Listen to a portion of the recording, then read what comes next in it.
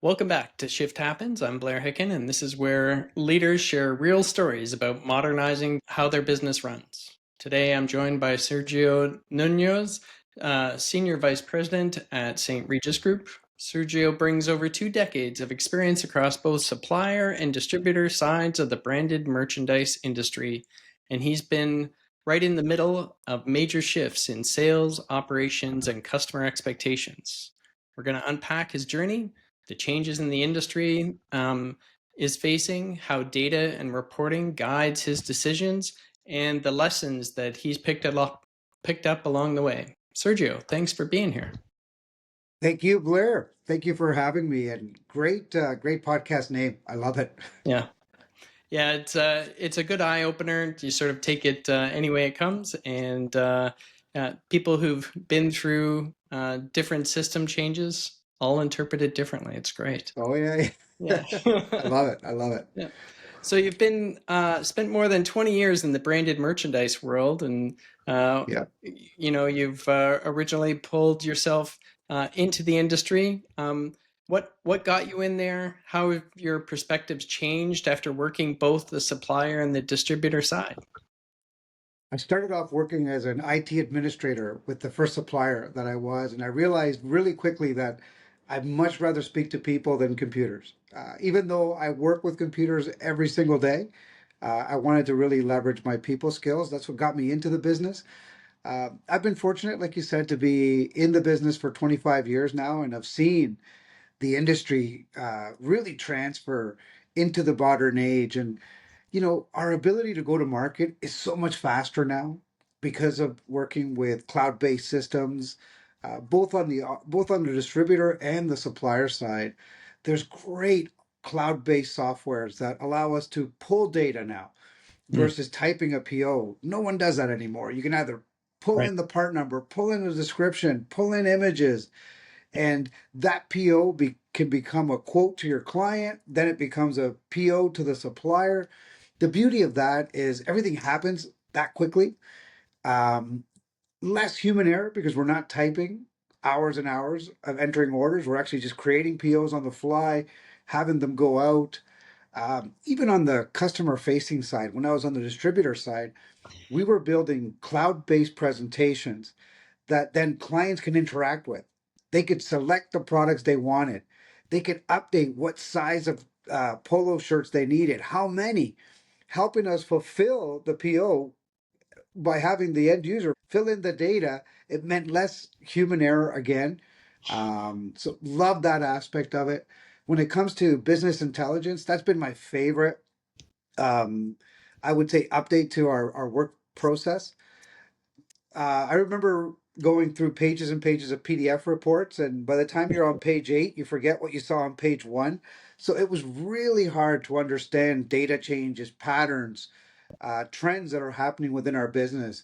Now with Power BI, I start my morning every single day looking at my dashboard, understanding where the business is, what are the burning fires that I need to address right away, what's really working, what's not working. You can fix an airplane while it's in the air, basically Right. now. And technology has really pushed our industry forward. It's allowed us to work quicker. It's allowed us to go to market faster. And it's allowed us to be a lot more intelligent because of the Power BI. We're no longer just going by gut. You need a good gut feel, but you want to understand that you're on sure footing based on data trends. And Power BI has been amazing for us. Yeah, that's it's quite a background in interesting to hear how Power BI has, made that big of a change for you in, doing the analysis and getting to the root. Were you involved in the deployment of the Power BI solution set? Not so much in connecting tables, but in designing what the interface looks like, designing what kind of data makes sense and what kind of data is just clogging up the system. So, yeah, I like to work with our finance team to get it to a point that it works for us. And then we work with product sourcing team and find out Mm. what's the data that you need, product sales, rotation, stock turns, things like that. And then finance looks at other data, but it's neat to sit in those rooms and come up with those interfaces. So, yeah. Yeah, so sitting on the business side and defining the requirements and what information, because what information needs to surface from the vast loads of data that you have. I think that's a unique skill, and certainly it's a project that more and more companies are getting involved in. So, with that experience, and as you've continued to evolve your Power BI projects, what type of learnings, what things have evolved, in those initial projects or reports that you defined, and then how have you potentially changed or foresee change coming in delivering these reports to the various departments or teams in your organization? I would say the coolest moment is that awakening, the Yeah. moment you get to see behind the curtain and you get to see what you understand the business in a different light. The other cool thing has been adoption. Mm, A lot of people love their traditional way of analyzing data, but then when they step into the Power BI world and they start to see and understand their portion of the business through the lens of Power BI, they're able to see patterns. They're able to understand things that they wouldn't have seen as quickly. And I love to see the adoption because people are like, "Wow, my dashboard rocks," and I'm like, "Yeah, it does. Yeah, it does." Because again, they can get their work done faster, they can get it done better, and feel really confident about your decisions because you're going on data. And I would say 99.9% of my decisions are data based because when I'm asking for anything, I've got the charts to prove it. So it's not like I'm just putting my hand up saying, "Hey, I need all this." No, right. the business needs it, and you make a sound request for capex or whatever it might be. So, as you sort of, start your day off with these Power BI reports, what are some of the key, I don't know, we'll say data limits or warnings that you might see in a particular morning or end of month report? What are the key drivers or KPIs that you're looking for that help you make a decision one way or the other? One of the things that I do daily would be look at open order reports. So Mm, I know what my target is for the month, I know what yeah, my target is for the quarter. And by having insight into open orders and then dividing that by territory, I can see who needs to make extra phone calls this month mm, right, because I can look at the sales funnel and I can see the opportunities that are available, and I can then pinpoint that down to region, province, state, city. No matter how you can slice and dice it, zoom in, zoom out any way you want. But I'm able to call my sales reps and say, "Look, you're having a great month, but we need to talk to X amount of people extra. We need to make the net wider because we need to bring in more people. You're not going to hit your target if we don't do this work." Without having that open order data quickly, there would be a lot of Excel work, which gets you the answers that you need. But when you can see it at a glance, color coded, um, red, greens, right. blues, you can take action immediately. And that's what I love about data. And these reports, not only is it looking at your open POs, is it also looking at some of your CRM opportunities and stages within that flow to help you, engage with your sales reps out there in the field?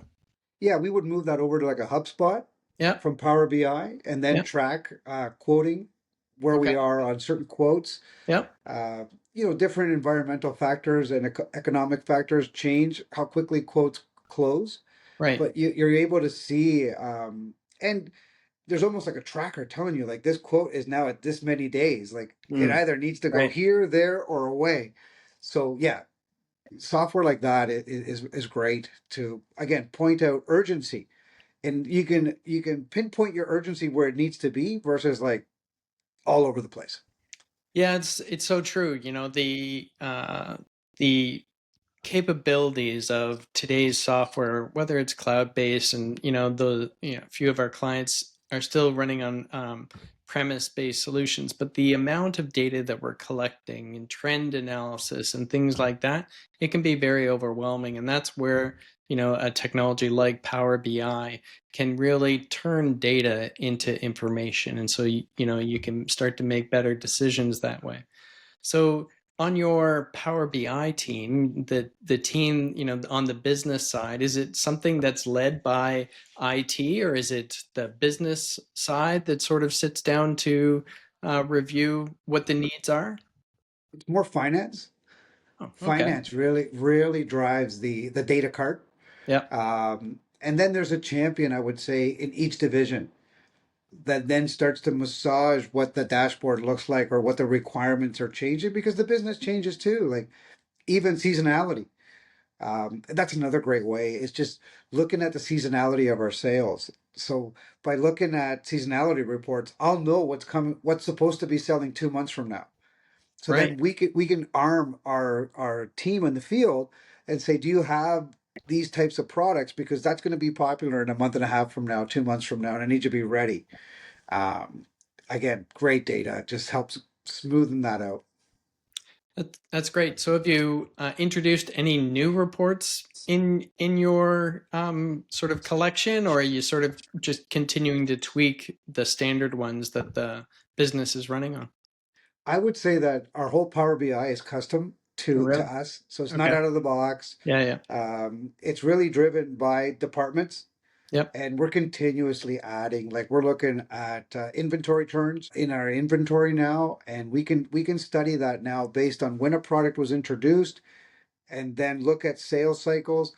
We can analyze whether we could look at reports like that in a team environment, and then look at products that aren't selling well, and then look at marketing and say, okay, well, look, let's add some more marketing to this product. Can we do a discount looking at finance? Then I can bring in the sales perspective where we can really start to massage things and we can see, we can get alerted when products aren't selling where we think they would be Right. and then take action quicker instead of waiting 6 months and saying, what happened? We can take an action within 2 months if we don't believe where we should be. Right. And so with all of this, data that you've been, consuming and turning into, I guess, more divisional or departmental type of reporting, how do you see AI helping to contribute to that knowledge pool that you're building within the organization? I'd say AI right now allows us to have a little bit more fun with the data because it's not as structured as Mm. Power BI. Right. So you can slice and dice it in ways that Power BI probably wouldn't because it would break the software. Okay. What I've liked is being able to work with AI to do some predictive analysis.